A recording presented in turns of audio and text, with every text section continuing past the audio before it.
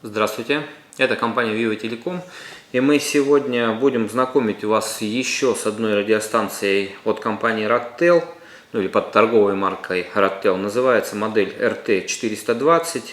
Чем она нас привлекла? Большим количеством рабочих диапазонов, то есть здесь заявлено и авиадиапазон, в амплитудной модуляции она принимает, и диапазон SATCOM, так называемый, и речной диапазон 300 МГц, ну и, естественно, UHF, VHF диапазон, то есть 136 и 400 МГц. Посмотрим, как это все работает. Наобещали, то есть они много, тут и Bluetooth встроенный, и есть Type-C разъем на аккумуляторе, и аккумулятор 2800, сразу видно, что это вранье по его объему. Ну, посмотрим, в общем, что она из себя представляет. Как обычно, начнем тогда с комплектации и дальше уже перейдем к измерениям. Поставляется станция вот такой интересной цветной коробке. Сразу диапазоны частот, заметьте, заявленные. Я вам продемонстрирую. Амплитудная модуляция в диапазоне 108-136. Так, по дисплею, да, тоже можно посмотреть. Здесь некоторые преимущества данной станции указаны. Ну, в общем-то, одновременное слежение за двумя каналами, прием погодных каналов, которые у нас не работают, цветной дисплей у станции, полноразмерная клавиатура. Единственная функция опять не вывели сюда, а вывели символьные обозначения, ну или алфавит, что нас обычно нам не нравится, лучше бы был выбор функций. Так, теперь идет зарядное устройство, такое невесомое, я вам фотографию покажу, что внутри, то есть оно легко разбирается, тут даже на защелках, видите, а не на винтах. Далее идет вот такой адаптер сетевой с USB-A разъемом, у него так, до 1 ампера, да, ток нагрузки, да, выход 5 вольт стандартный, но и в итоге, да, станция на заряд, что при подключении через стакан медленно заряжается, что через Type-C разъем, около 0,7 всего лишь у нее ампера ток зарядки. Идет ремешок на руку, идет клипса поясная с пластиковым креплением, поэтому поосторожней с ней будьте. Идет еще дополнительный кабель питания Type-A, Type-C для подключения к аккумулятору.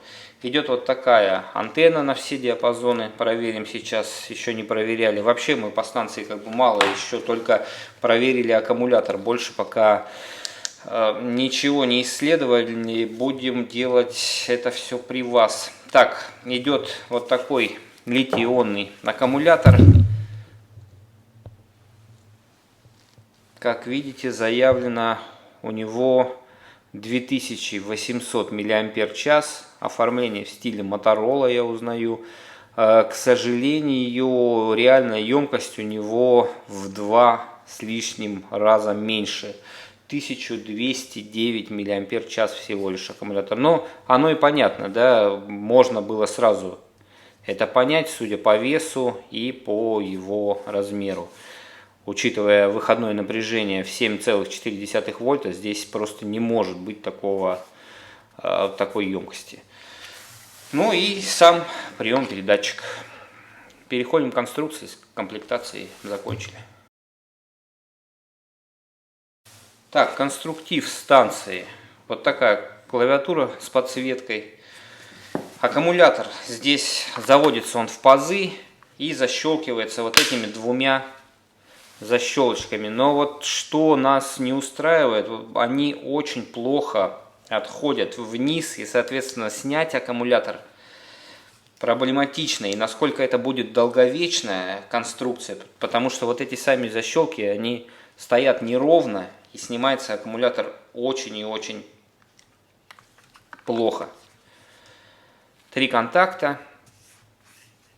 у аккумулятора. Здесь у нас на левой части кнопка передачи и две программируемые кнопки. Сейчас посмотрим, что на них назначено по умолчанию, но кнопки переназначаются в самой программе. Ну, не программе в смысле, а в интерфейсе станции, поэтому это плюс. Так, антенный разъем стоит ISMA вилка на станции. Есть еще аварийная кнопка, индикатор работы. Здесь вот какие-то проблемы от литья остались. Регулятор громкости. Так, теперь аксессуарный разъем совместим с радиостанциями Kenwood.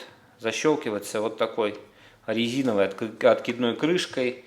Не очень плотной, поэтому на влагозащиту, на какую-то серьезную рассчитывать не приходится. Все, включаем станцию, сейчас будем показывать интерфейс. Так, давайте еще взвесим станцию тогда в сборе, без клипсы. 200 грамм ровно, ну и клипсы грамм 5, наверное, примерно весит. Да, 5. Я был прав. Так, смотрим теперь интерфейсы, как быстро станция загружается. Можно назначить вольтаж на экране начальном. Это вот у нас прием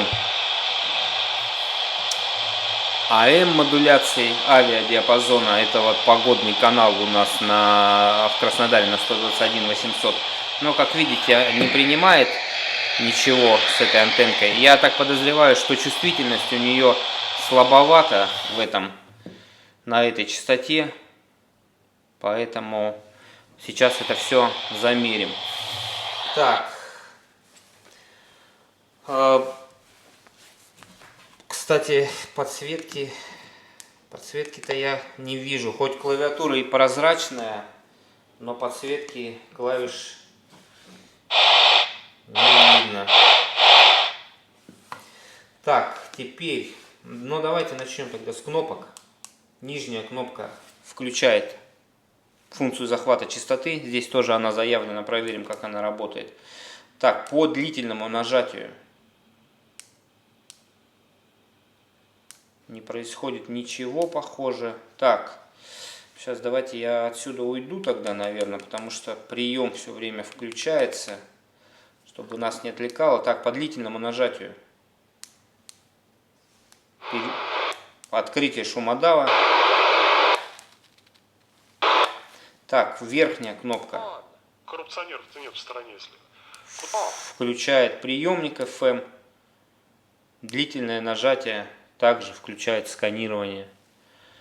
Ну, не сканирование частот, а функцию захвата частоты. У нас тут на двух кнопках. Но я говорю, оно переназначается здесь значение, поэтому сейчас мы это все покажем, как делается. Так, смотрите теперь по меню. Меню так напоминает какую-то из станций Rocktel, уже RT490, по-моему. Клавишами мы перебираем пункты меню. И, соответственно, это кнопка подтверждения. Левая – это кнопка отмены, если нужно. Давайте я пролистаю тогда быстро меню, посмотрите, что в нем есть. Так, шаг сетки 6.25, как вы видите, есть. Максимальный шаг сетки 50 кГц. Так, давайте я сразу 25 поставлю. Так, дальше.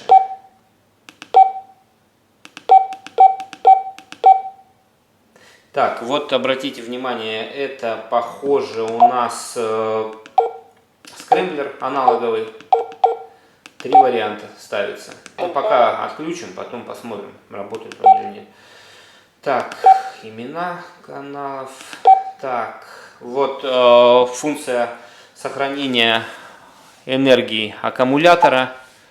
Она тут странным образом обозначается. Супер мод и Deep мод. Но Deep мы тогда оставим, потому что он стоял с завода. Так, теперь Roger Bip. Есть ограничение времени передачи, Vox есть встроенный, широкий или узкий канал, это голосовые подтверждения. Так, это кнопочные, ну в смысле звуки кнопок. Язык, естественно, английский, либо китайский, других никаких вариантов нет. Так, это с блокировкой. Вот переназначение кнопок. По длительному и по короткому нажатию. Давайте я покажу, какие есть варианты. Сканирование, мощность, выбор, радио включения. Это режим захвата частоты. Это прием погодных каналов. Это вторая кнопка PTT может быть назначена. Ну и все. Ну, то есть выбор достаточно широкий. В принципе, здесь они молодцы. Так. Это репитерные сдвиги. Так, вот при включении лога или вольтаж показывается выбор мощности. DTMF, автоблокировка, передача тона, выход из меню 60 секунд, Vox, сканирование CTCSS, сканирование DCS кодов. Это отображение, какое будет частоты или имена каналов. TDR с увеличением за двумя каналами включен режим. Это на какой частоте излучать, на А или на Б выбирается. Так, вот Bluetooth, да, мы сейчас тоже проверим, как это все работает. Ну и функция сброса. Версия прошивки 1.21. Электронный серийный номер даже есть.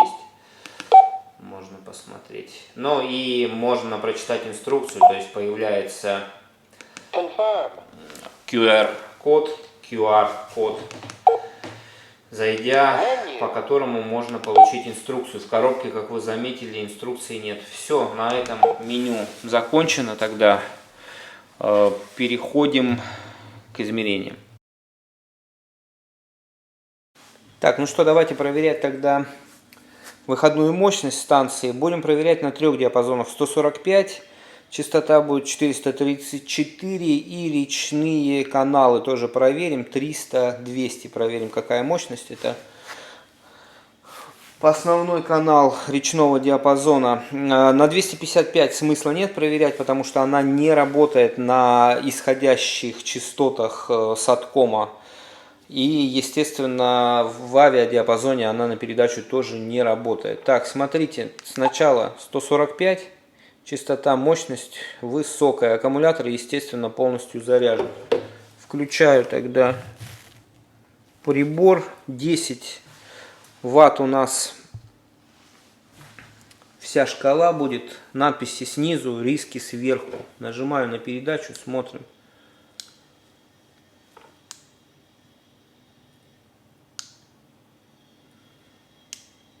Стрелка вообще еле отклоняется. Смотрите, на станции я даже сделал полный сброс. Кстати, в режим VFO переключения по длительному нажатию на кнопку меню. Вот поставил предел даже в 1 ватт. Мощность высокая, как вы видите, да, на дисплее H горит. Сейчас продемонстрирую. Нажимаю на передачу. 0,3 ватта всего лишь. Даже меньше. 0,3 это вот эта риска большая. Ну, то есть 0,2. Мощность высокая. Сейчас я еще малую мощность поставлю, посмотрим. Но проблема у станции. Похоже, что это брак. Вот такой вот подарок от китайского Ратела. Так, ставлю низкую мощность. Смотрим. Так, L на дисплее. Нажимаю. Ну, тут вообще 0,1 ватта на частоте 145. Обратите внимание. Так, ставим 434 мегагерца. 4, 0, 0, 0. То же самое, чуть больше, чем 0,1 ватта. Так, высокая мощность. Но здесь пободрей 0,45 ватта. Так, ну и на 300-200, да? 3, 0, 0, 2, 0, cancel. Не выбирается почему-то эта частота. 0, 0, 0, cancel. 3, 1, 0, 0, cancel. Так, на речных каналах станция не работает, она начинает работать от 350 только мегагерц. То есть вырезан этот диапазон 300-350. Поэтому на речных каналах она ни на прием, ни на передачу не работает. Так, второе разочарование мы уже получили от этой станции. Мощность выходная никуда не годится. Но теперь давайте проверим, как у нее работает функция захвата частоты. Вот у нас Retevis RA685, у которой вы уже знаете, что нормально работает функция захвата. Включаем здесь. То есть вот UHF идет сканирование, да? И здесь тоже буду передавать Zenhix вот этого 434 ровно у нее передача, и поднесущая передается тоже для того, чтобы посмотреть, как он поднесущую будет определять. Вот я нажимаю, Retevis уже определил. Этот аппарат вот даже подключаю, подношу антенну к ней. Вот, ну, наконец-то, да. Давайте проверяем еще раз. Здесь плюсом что является? То, что значения определенные остаются на экране, что хорошо. Так, давайте еще раз пробуем то же самое. Нажимаю на передачу. Retevis определяет сразу. Rattel. Ну вот тоже определил, но долго, конечно, у него все это происходит. Еще разок. Да, Retevis гораздо эффективнее работает. Приходится даже антенны касаться. Тогда он более-менее определяет. Ну, в общем, функция рабочая, но очень медленная. Так, смотрите, по QR-коду мы попадаем на сайт pen.beidou.com, и у нас доступна программа и, соответственно, инструкция. Сейчас почитаем по поводу Bluetooth. Смотрите, открыл я инструкцию на английском языке. Ничего здесь про Bluetooth, кроме того же самого номера, который, кстати, не совпадает. 49-я функция Bluetooth в станции. Включение-выключение только, да, видите? Больше ни слова про Bluetooth здесь не написано в инструкции. Сейчас я вот вам так вот продемонстрирую. То есть большая часть уделена, как станцию собрать в единое целое. Про Bluetooth ничего, да? Так, теперь смотрим самой станции. Это 49-й пункт меню.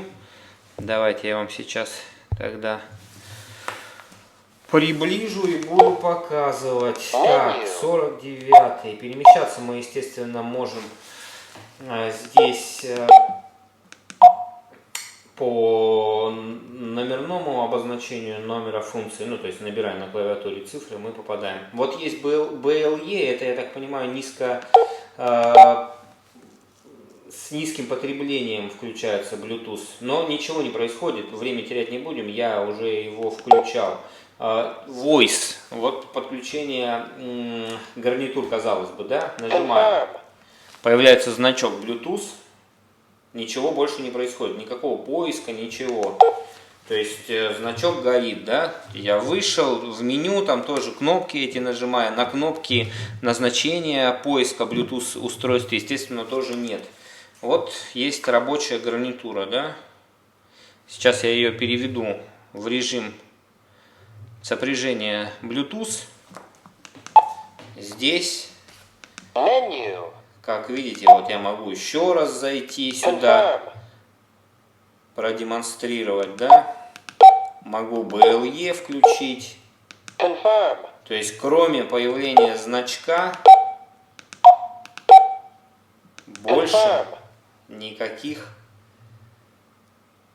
действий не происходит. То есть, как гарнитура в режиме сопряжения находилась, так она к устройству и не подключается. Ну, то есть, функция эта, по нашему мнению, абсолютно нерабочая тоже. Так, проверяем чувствительность сначала на 434 МГц. Шумодав поставили на единичку. Смотрим. Видите, на минус 123 она еще не принимает. То есть чувствительность слабовата относительно других станций китайских. Ну, в последнее время проверим. Минус 119 dBm на этой частоте. Так, 100... 1, 4, 5, 0, 0, 0. Так, здесь...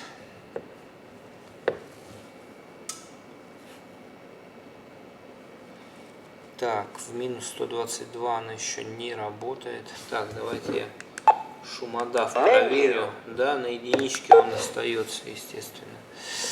Так, смотрим.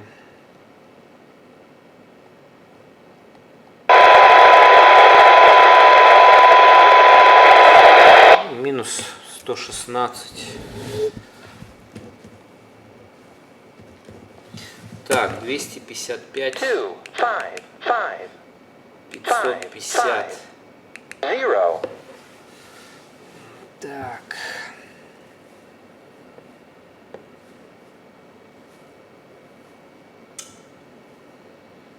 Смотрим здесь, что она покажет. Частота основная саткома.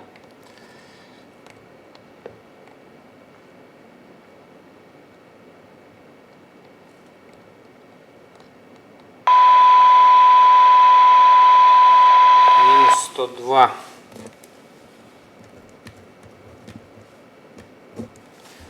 Так, ну и давайте проверим амплитудную тогда модуляцию в авиадиапазоне. 0, 0, 0, 120 0. ровно я поставлю. Так, 120 мегагерц АМ. Включаем модуляцию. Смотрим, как будет она принимать здесь.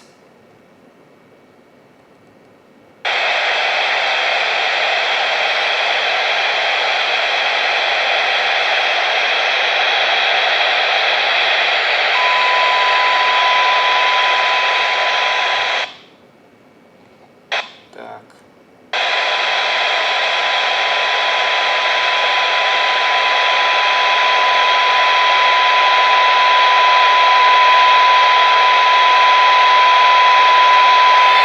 Ну вот где-то на этом уровне уже сигнал стал четко слышен.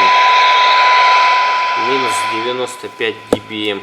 Слабовато чувствительность здесь, конечно, в авиа. Но оно так и на практике, я вам продемонстрирую кусочек. Мы принимали на стационарную даже антенну, слабо она принимает, конечно. Принимаем на радиостанцию RATTEL RT420 1, 2, 3, 4, 5, 6, 7, 8, 9, 10. Передаем с радиостанции RATTEL RT420 1, 2, 3, 4, 5, 6, 7, 8, 9, 10. Давайте еще проверим тогда скрэмблер. Menu. То есть, смотрите, я вот ставлю, допустим, encryption. Ну, неважно, пусть будет третий, да. Появляется значок SC, то есть скрэмблирование, да. Теперь, смотрите, частота 434 на ретевисе передаю с включенным скрэмблером. Раз, два, три, раз, два, три, раз, два, три. Ничего, как вы видите, не происходит, никакого скрэмблирования. Давайте я включу тогда например, 3 тут варианта, да? Давайте первый включим. Также значок SC горит. Нажимаю. Раз, два, три, раз, два, три. То есть еще одна функция не работающая, скрэмблер речи.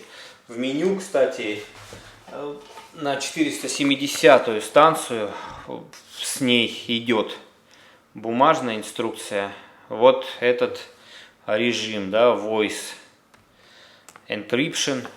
Никакого описания здесь нет, но Encryption, понятно, должно быть шифрование, поэтому, к сожалению, функция тоже не работает. Так, смотрим график штатной антенны, график КСВ штатной антенны. 400-470 сначала мегагерц. Но антенна более-менее рабочая во всем диапазоне. Видите, около 3,5 у нее в самом начале диапазона. Так, и минимум где-то вот здесь примерно, да, на 450 мегагерц. 1,9 КСВ и сопротивление 32,6 Ома. Смотрим в нижнем диапазоне. Так, нижний диапазон. Рабочие частоты у этой антенны, ну, до 3 я имею в виду, где-то до 147 мегагерц. А минимальное значение у нас на 140 примерно, да? Да, на 140. 1,41 Ома сопротивления. Ну, то есть такая антенна в начало диапазона настроенная в двойке. Выше 147 ее использовать опасно. Так, ну что, давайте подведем итоги тогда по станции Rattel RT420. Первый раз, наверное, у нас за долгое время не хочется заниматься дальше этой станции. Мы даже не стали проверять ни избирательность, ни токи потребления, ну потому что мусор это не заслуживающий внимания, поэтому дальше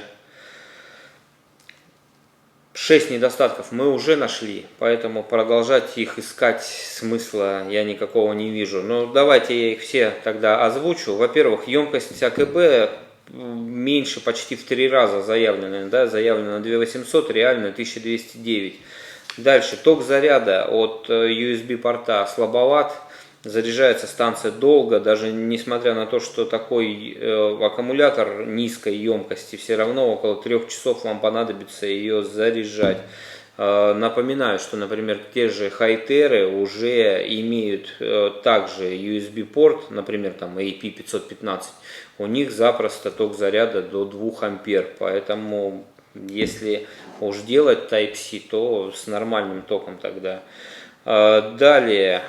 Кнопки прозрачные, но подсветки на них нет. То есть очередной такой обман, да, ну пусть не обман, но хотелось бы тоже, это является недостатком. Раз уж вы делаете прозрачные кнопки, так сделайте и подсветку тогда на них.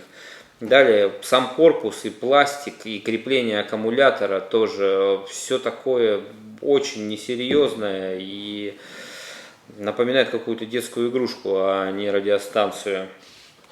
Дальше, крепление АКБ я уже сказал тоже, да, долго оно не проживет у вас, потому что постоянно вот это все пластиковое, и оно смещается при снятии аккумулятора, поэтому, я думаю, развалится он очень быстро, этот крепеж.